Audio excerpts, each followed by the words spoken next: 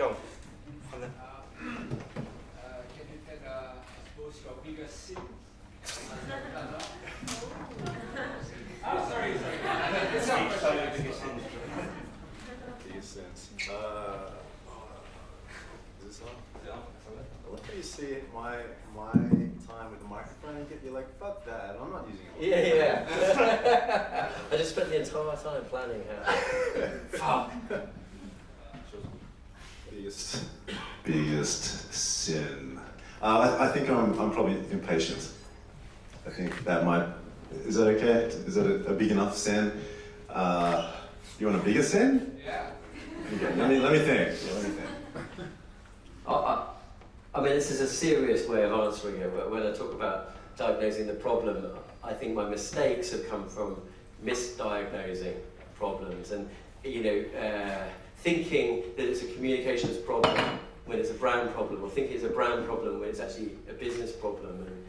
And I work on Weight Watchers, and I think when I first started working with them, I thought that was a brand problem. All you needed to do was sort out that brand and they'd be away. And the reality is that the problem is much more with the business model and the changing nature of culture, particularly around weight loss. So I think it's when I get it wrong and I don't solve the problem that's actually sitting there needing to be solved. That's a sensible answer. That's good. Yeah, impatience. Impatience. No, it depends what you mean by sin. Like I'm kind of old enough now to know my weaknesses, which I like to work quickly. I like to work with people who can work quickly.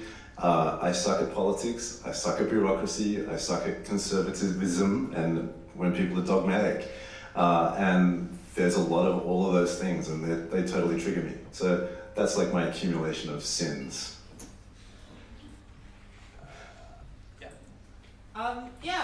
It was interesting just hearing about this view about how planners need to kind of get out more and do more, and sort of not be too self-referential. And I was just reading an article in Campaign about this initiative. I believe it's by Ogilvy, where they get planners get outside of London and do engage with people across the UK. And that seemed really interesting. I wonder what your take was on that. Yeah, that was Kevin Chester's at Ogilvy, and he's actually doing it, which is brilliant.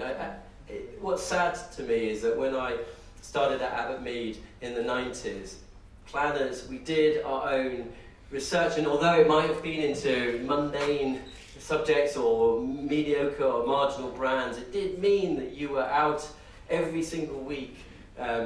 And you weren't reliant on Byron Sharp or the internet, and I think that's a great sadness. And if our day-to-day work isn't going to facilitate us being out there, then I think we're going to have to find ways of doing that outside the day job. Yeah, it's funny when that phrase Google Planner got used as a bit of a diss against people who use the internet. I took that a little personally because I grew up making the internet. Like I was making websites as a teenager. And I would often start with looking at keyword research, like what's wrong with that? It's behavior. Consumer reviews, the way that people might use Yelp or Foursquare or Amazon consumer reviews, it's really interesting, as long as you don't look for the cliches. I think, I kind of feel like this, at least what I've experienced in the past 6 years where I've been in America, the rush to execution right now, and coupled with anti-intellectualism, that hates intellectualism and uses that as an excuse for no thinking, I think they're the weirdest dynamics happening right now. And you kind of get depositioned sometimes. Someone go, we want to be scrappy. And you're like, you know what, we can be scrappy and get somewhere good and quick, potentially, if you don't sin too much. But yeah, like I haven't really been involved with ethnographies. I used to do a lot of focus groups. I interviewed 10 guys about losing their hair, and that was good fun. But I think there's good stuff in behavioral economics papers as well. So, yes and yes. At the back, Luke.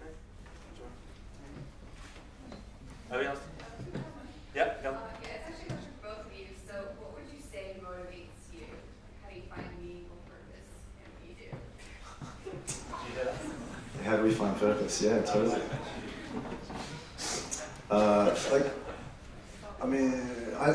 I know what motivates me. I've talked to tens. Whenever I said this before, whenever I generalize, I feel like I'm Donald Trump. I've spoken to lots of planners and creatives, lots. And what I hear, and I don't know if I project it or I attract it, is people don't feel mentored, they don't feel managed well, their managers don't know how to manage, they don't feel trained, they often don't feel like they're getting access to opportunities. Like, I presented to a CMO when I was 20, ridiculous, but I did. And I just kind of grew up expecting those kinds of things. And especially in America, which in a big agency, very hierarchical, can be conservative and bureaucratic, the thing that motivates me is like, I hate seeing intelligent people get stuck in themselves. That's it. And so that's why I'm, I'm friends with Faris and a lot of people, right? Really different to the way I do things. Those simple techniques, I was like, why didn't anyone teach me that? I've been a planner for 10 years. I had to go find a lot of that stuff. And you pick one thing up from a planner or one thing up from a writer, and you're like, oh, great. Lateral thinking. You should not be in this industry if you don't know what it is. Like, so I just have, there's that, and then seeing brilliant people get stuck in themselves, and then I get really affected by toxic corporate behavior. So they're the things that keep me in this industry, other than the fact that it stimulates the brain. But that's a really good reason. We get to work in, I think, an industry, kept me going for 25 years. Because where else do you get to be in a sort of loosely corporate world, but be capable and of original thought, and people like that and want that off you, and I think that's what motivates me, because it is the thrill of finding something you think other people haven't recognised, or building a new platform for a brand that's going to change their fortunes and make sense of things. So I still am hugely sort of motivated by being a planner, and I think the minute that being a planner is no longer stimulating and exciting, it'd be time to give up. You go first, and then. Got a similar point based on the campaign article recently. I think the stat was that 2%, planners think that 2% of strategies are based on primary research. And I don't disagree, and I think it's an interesting point, but my conclusion or insight was that aren't we constantly conducting primary research throughout our lives, and then that's influencing the work we do, and is that the point, Mark, that you would kind of make as well? I mean, I have a nervous reaction, not a nervous reaction, an allergy towards over-engineered research. I mean, it's such a big part of the business. I'm pro just enough research, just enough. And you can get it from such interesting sources. And I found, I spent a little bit of time in PR. I was kind of curious about planning there. And PR is not comfortable with insights, generally speaking, the way that we would think of them, because they need a statistic. And to do statistics, you need to do quant, so et cetera, et cetera. So I think I'm okay with life experience and just enough research, and just I feel like good planners feel the world differently to people, and they often don't turn off.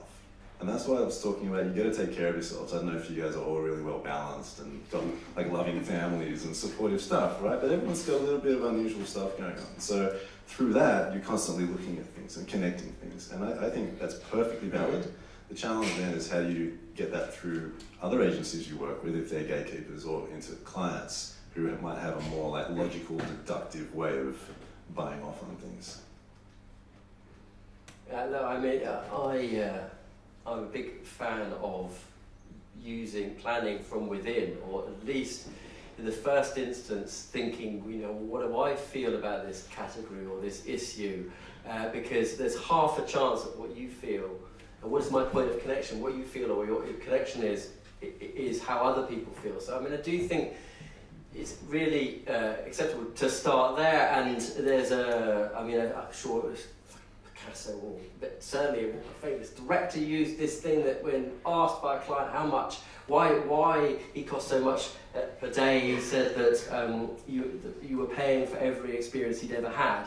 And I think, you should be confident that that is part of your armoury. It's not, what I think this is not about is saying you need to do structured qualitative research in the way it was done 20 years ago. I think it's about saying it's just got to come from somewhere real, not fanciful or made up. And I've got to feel when you divulge or unearth or present that insight that it makes me feel like I've never heard that before, or it resonates so strongly with me that I'm compelled to action. So I don't care where it comes from, it's just got to come from somewhere real and genuine. Question at the front. Yeah, I had a question. It's mainly directed at you, Richard, but Martin probably provides some insight on it as well. Which is around your point, your point, Richard, around makers, Yes. and how there seems to be this sort of lust, or I can't remember which sin it was specifically, but this kind of desire to be makers versus kind of makers of reality. I can't remember specifically the kind of wording that you used. My question was really around, where do you think our remit stops as strategists? For me, no one's kind of told me that I can't influence the products and services that my client provides. And I guess that, I think because we're creative and we're strategic and we have those insights, that we're probably one of the best sort of people to provide kind of insight into new opportunities and new products and refining services. So I was wondering what your thoughts were. Well, I think that if we don't see our role as building the ideas and the frameworks that allow organisations to innovate and create new products because they understand what the purpose of that organisation is and they can see what they ought to be doing in the adjacent markets that they ought to be in.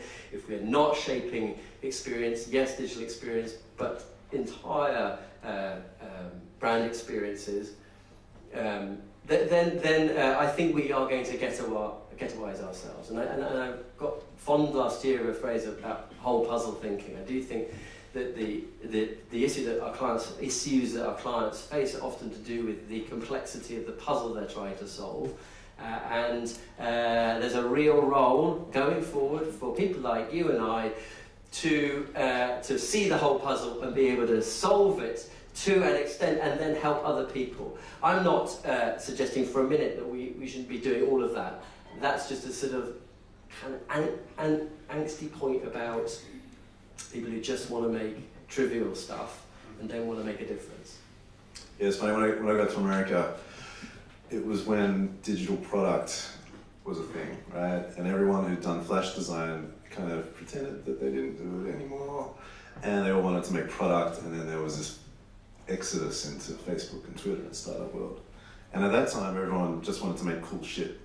And that was another one of those phrases, I just want to make cool shit, which is actually like anti-intellectual as well, where I get it, like we don't need to talk and think like this, but just a little bit. Like, why are you making this? Why would someone use it? Have you spoken to anyone about it? Have you tested it with them? Just want to make cool shit. So that was another thing. And I think, brand strategy done well can absolutely affect a business and the whole service and experience design, but I do think that every planner is different. So I don't think there's any dogma with that. Like if a planner can do that and can talk credibly about business, go for it. The challenge is going to be, is that what the client, if you read The Innovator's Dilemma, that book, what's the client wanting from you? Because that's half the challenge. They've probably got someone else on the side doing that, or that's what they do. So yeah. You guys are up for one or two more questions? I'll stay here all night. Yeah. So this is like how an introvert socializes, by the way. This is perfect for me. I won't be able to talk to you one-on-one because I'm so awkward. So we're gonna go bring them at the back. You totally look like Ryan Seacrest. It's so throwing me.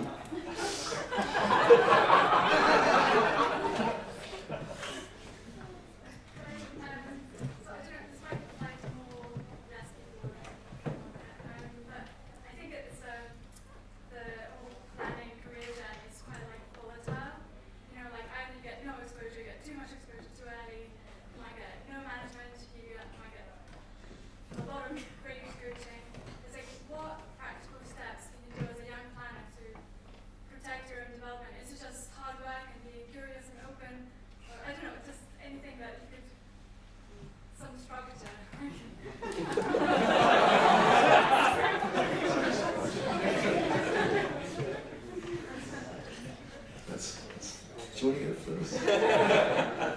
Well, can you ask that question again? Again, I think, if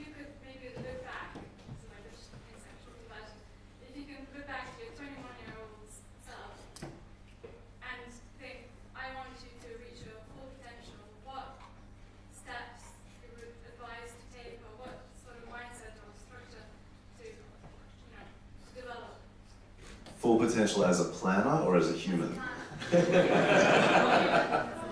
to make sure. Gosh, there's loads of stuff. I think to be more obsessed about the people that you work with rather than the agency that you work for. I've always thought that, you know, that what we do is a trade, not a profession, and that you should apprentice yourself to, you know, a practitioner that you admire, regardless of where they currently are and whether their agency is sexy or not. I think crave. I think one of the things about planning is we get early autonomy, and while the suits are still pouring a hot or cold beverage of the client's choice, we get early responsibility, because you know what? It was us that bothered to read the fucking 200-page quant report, or it was us that went to the bloody groups that the client could be bothered to go to. So we get this early power, or at least a sort of sense of knowledge and early authority, crave that and find that. I think step up, lean in, do things that put you in harm's way potentially. I think this is about learning on the job. Pitches are an important part of that. I always thought working to somebody who went on maternity leave, that wasn't bad either. You know, there's lots of, I think it's like being opportunistic about your career. There isn't a lot of structure. In a way, that's why this organisation exists, because we're sort of all making it up as we go along. That's slightly rambling answer. Give you some time to... I don't know. I think having a practice, if I can be a bit esoteric, is kind of useful. You know, they say, someone said it, if you want to write a book, just focus on becoming a better writer, and you won't get frustrated. I think my advice to myself in my 30s would be in America, would be to actually walk into the agency, look over people's shoulders, so that I can see the work that they're making before I agree to a job. The rest of it is, someone has a big spaceship, which is a pretty cool digital agency in Brooklyn. With the planning team, I focused on two things: emotional intelligence, developing skills, and self-improvement. So I used to run workouts twice a week, you know, sort of structure these little 30-minute things around similar shape to a class like a Brazilian Jiu-Jitsu class, where you often get a concept and then you're live sparring. So we might talk about what an insight is, and then we watch stand-up comedy and so on and so forth. And in my experience, people don't get that kind of very accessible access to self-improvement and working with people who value taking care of each other. So but that's my values. Everyone's different. Every planner is different. Some planners, they want the money, they want the prestige, they want this, and that. So self-awareness is useful. You know, I think London's going to be a different place. So walking into an agency and looking over someone's shoulder here, you might not need to do it. Roberto, my question is around evidence. So if you find something that feels like an insight, how far do you go in having evidence that gives it solidity? Or inversely, how much is too much? And what I mean by this is just finding the two things that prove your point and ignoring the 8 things that disprove it. How do you balance that?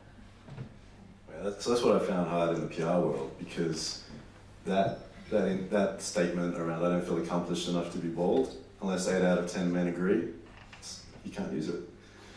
I think a lot of it also depends on the client and your relationship with the client, because there are very empathic, intelligent clients who will hear a phrase like that and go, "That's kind of interesting. Can we use it? Not sure. Does it fit with what the product and the brand's about? Maybe.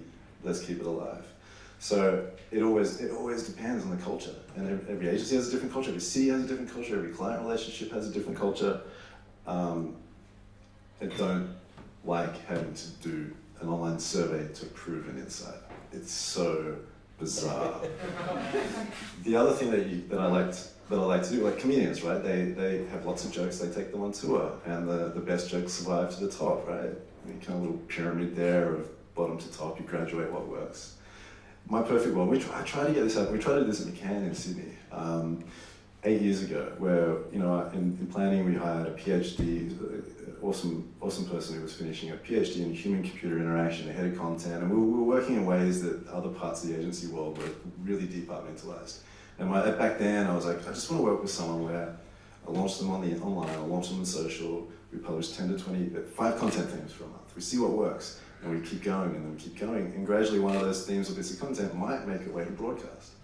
So I prefer that kind of evidence in the wild. Very hard to do. I think it really depends what sort of planner you are and what your style is, and you know, the thing I love doing is unearthing an insight and then sort of kind of bolstering with circumstantial evidence, like you know, to sort of surround it with a little bit from here and a little bit from there. But at the heart of it is telling a really fucking good story, and you know, at the heart of that direct line case study that got APG Gold a couple of years ago was an experience I'd had losing all my baggage in Vietnam, and when I was on, doing a workshop, and I was able to tell in the room this sort of story and make the client feel it. And I don't know, I mean, it's no surprise, but you know, all planners, you develop your act and your shtick and your gig, and so I can only talk. My thing is about, you know, be more passionate than the client is about their own business and product, because they find that really disarming. Tell amazing stories that sound like you feel it, and then give them just enough, like thin slice the proof, so they've got just enough to think you might be onto something. Otherwise, I think you kill it in searching for an answer. And do you know what? If you're doing a job properly, you're creating something that hasn't existed before, so how the fuck can you really find out whether it's going to work or not? And in the final instance, we still work in a recommendation business. One of the things that's problematic about what we do, but we can't prove it. The only thing you know, the only certainty in advertising is that bad advertising won't work. Everything else, you're asking for people to take a punt on it, and I'm okay with that. As a junior planner, I'm finding it quite hard to hold on to my integrity and my creativity when people are telling me to just get the job done. I wanted to know from you guys, how do you hold on or find the strength to push the creative agenda of your work, especially from a junior platform, perhaps? We're going to stay in the same pattern or respond like I go first. So when I'm working with people who are newish or junior, it's such a weird word, junior. I just don't like it.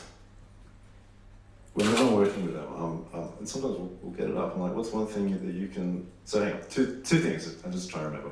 So when we used to have team meetings together, we would start the team meeting with, what's one thing you've tried in the past week and how did it go? And everyone would share, very sharey. And that's basically to say that I expect you to take risks, and I expect you to fail, and I expect you to try, and then we're going to share it safe, and away you go. And I think with all this stuff, it's like, what's one thing I can do a little bit differently? What's one thing, you know, do I want to present this? Like, you've got to find the creativity. Like, I don't think I've ever worked on anything boring and uninteresting, because I find most things interesting. Sometimes the kind of, to get somewhere good is a bit of a hassle. But I think just giving us, like, tricking your brain. What's one thing that I can improve on in this is useful. And then staying fresh on the outside. Don't try to find all your answers in work. You know, that's dangerous. I did that. I was doing digital and planning stuff and publishing a magazine. Like, I never slept. And then I realized I had no friends. I'm kidding. I'm totally kidding. I got a friend. I married her. I'm totally. She can't get away. No, like, don't find all your answers in work. Don't do it. You cut yourself some slack. But at the very least, what's one thing I can do that's a little bit different on this project? It's simple. Yeah, I mean, I think ultimately all you've got is your integrity, and it's balancing that with the reality of day-to-day agency life. I think that of all the disciplines, we're the most democratic and least hierarchical. I think a good idea is a good idea. I think that more senior planners and creatives, particularly creative directors, they just care about what you've got to say, not who you are. And therefore, I mean, I remember working for Steve Henry at HHCL, and he'd say, which is quite a revelation for me because I come from Abermead and they weren't really interested in what planners said, but he used to say to me, you just tell me something I don't know about people, the wider world, or this brand. Just tell me something I don't know, which I found really powerful. Look, I mean, being I kind of think junior planners is a fucked up word because I don't think planners get better. I just think we get faster, and all I am is a bit faster than I used to be. But it's such an extraordinarily brilliant place to be right now, and just hold on to it and find a way to be who you are. I'm starting to ramble, but be who you are and stick to your integrity and be useful, and it will come. It will come. Just going to do the one more at the back there. As a planner or strategist, what's your role in shaping the culture of the agency internally? Immense. I don't know. It depends whether you're interested in shaping the culture of the agency. Of course, you know, I'm bound to argue that our strategic output, the quality of the answers that we create for clients, whether or not in this instant the output is good, bad, or indifferent, and often great campaigns start out a little bit mediocre and you settle in to them. But you know, that's the heart and soul of I think what makes a good agency. And planners, I think we're I think we're less egotistical. I think we're more democratic. I think things like this exist because we want to help each other out. You know, and I think we have, I don't know, we all have these sort of sensibilities that make us good cultural lightning rods for our agencies. You know, maybe it is our sensitivity, bless us, that makes us good at understanding what's going on in an agency and sort of framing the atmosphere and the environment in an agency, and whether it's kind or not, and whether it looks after its people. I think, and after all, don't you want to create? I mean, don't you want to work in an amazing place? And ultimately, unfortunately, you're going to have to create that. It's a bit like waiting around for somebody to invite you to the world's best New Year's Eve party. Eventually, you're going to have to just put on the world's best New Year's Eve party. You know, create that culture and be this sort of energetic thing. I don't know. Yeah, I was just going to say that I think we use the word culture when we're actually saying good, positive culture that I want to be in. Because to me, like, a culture is just a set of behaviours. So everywhere has a culture. Now, if you want a good, positive, like, loving culture, that's a different thing. And it often depends on the credibility of the planning group in an agency. But at the very least, you can affect your own planning cultures and how you interact. And it's just through learning little interpersonal techniques. I think that there's a book that Pixar has on creativity about how to give designers or creative feedback or something. Using certain types of questions rather than so on and so forth. So those are little behaviours that affect a culture. So yeah, I mean, I just think culture is just one of those things that's become this throwaway thing. And just understand that everywhere has a culture, you just might not like it, is an important distinction. I don't know who I'm talking to, but that was a good question. I'm gonna cut there if that's okay. Very well. Before I thank the speakers, I just wanted to say thank you for coming. Thank you to Ed, don't know if he's still there, Ed on the camera, Luke on the camera, Claire for helping organise it, Olivia for the Slack stuff, and for all of you generally participating. And I think this time, whereas before I'd say go to the pub and then I forget to name the pub and then it's all very disorganised, because there are drinks left over and there's packing up to do. For those of you who want to carry on mingling, drink drinks, or maybe go to the pub later, just hang around for 5 minutes. And then I'll lead people down the stairs to the pub. I think that'll be easier. And I think that's the only house I can say. So then just saying thank you again to Richard and Mark for their brilliant talks. And they're also good answers to the questions that you guys asked. So.